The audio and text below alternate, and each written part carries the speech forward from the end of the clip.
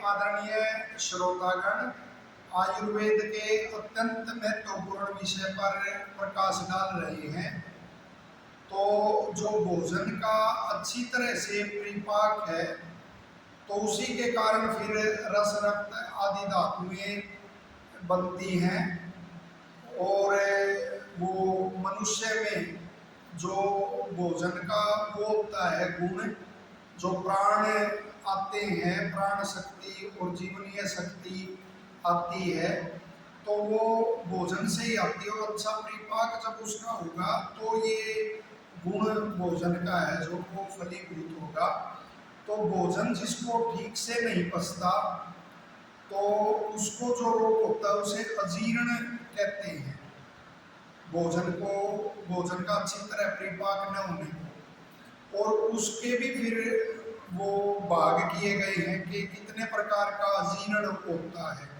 तो उसमें कहा गया है, जो यदि कफ की दृष्टि से अन्य मधुरता को प्राप्त हो जाता है तो उसे आमाजीर्ण कहते हैं। उसमें मुख मीठा रहना और साथ ही आलस्य आदि में रहना, शरीर में भारीपन की अनुभूति होना, तो इसे आमाजीर्ण कहते हैं। इसी तरह से आगे जो पित्त की दृष्टि के कारण जो भोजन अम्लता को प्राप्त हो जाता है और उसमें फिर खट्टी डकार आना, हृदय में जलन होना और गले में जलन होना, तो उसे भी दग्धाजीर्ण कहते हैं। तो उसके ये लक्षण है जो अभी हमने बताए। और फिर आगे जो वायु की दृष्टि के कारण, जैसे पेट बिल्कुल ऐसे भरा हुआ प्रतीत होना, अपान वायु का ठीक से उसका ना निकलना, और पेट में सुई चुभने जैसी पीड़ा होना, शूल होना, तो वो वायु के कारण होता है और उसको विषमदाजीर्ण कहते हैं। और इसी तरह जो चौथा अजीर्ण का वो है रूप है, उसे रस शेषाजीर्ण कहा गया है।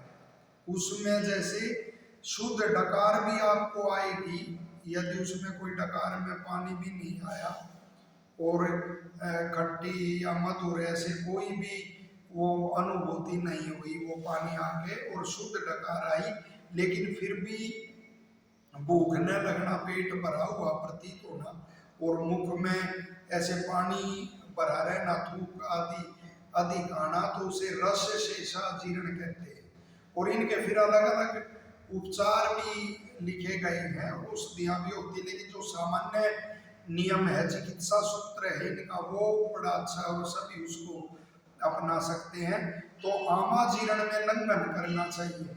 लंघन का मतलब कि कोई लघु सुपाच्य अन्न थोड़ी मात्रा में वो खाना चाहिए। उपवास आदि अपने शरीर के बलाबल के अनुसार कर सकते हैं, यानी एक दिन अनादि का त्याग करना, वो भी आप कर सकते हैं। तो आमाजीर्ण में लंघन, इसका चिकित्सा सूत्र में इसका उपचार बताया गया है। और जो विदग्धाजीर्ण है उसमें विरेचन, जैसे शाम को त्रिफला आदि का सेवन मात्रा अनुसार आप कर सकते हैं। अगले दिन वो सौम्य विरेचन जो मल निकलता है, तो फिर उससे पित्त भी वो बाहर आती है, तो वो उसका उपचार लिखा गया है।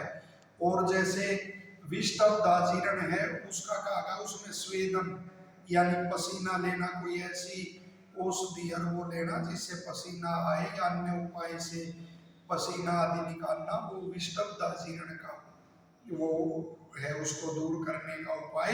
और रस शेषाजीर्ण का है शयन के सोना, जैसे ये जब भी विकार आपको हो गया है तो उस समय घंटा भर की निद्रा लेना और रात को पर्याप्त 6 घंटे की निद्रा लेना, तो उससे वह ठीक हो जाता है। और अजीर्ण की जो आम चिकित्सा कही गई है कि जब भी महसूस हो ऐसे कि भाई भोजन कोई किया है, पचा नहीं है वो, तो उसके कुछ देर बाद वो लिखा हुआ नमक का थोड़ा उष्ण पानी का सेवन करके और वो वमन कर देना, और फिर कुछ जैसे 1.5-2 घंटा भोजन ना करना और उसके बाद कोई लघु अन्न खिचड़ी आदि लेना, तो इससे अजीर्ण रोग दूर होता है। और यदि आपको यह रोग नहीं है तो वैसे ये उपाय नहीं अपनाने चाहिए, तो अपनी प्रकृति के अनुसार और किसी सुविज्ञ की उसके सलाह के अनुसार आप ये अपना सकते हैं, लेकिन जानकारी होना सबको आवश्यक है। तो आशा है ये जानकारी आपको लाभदायक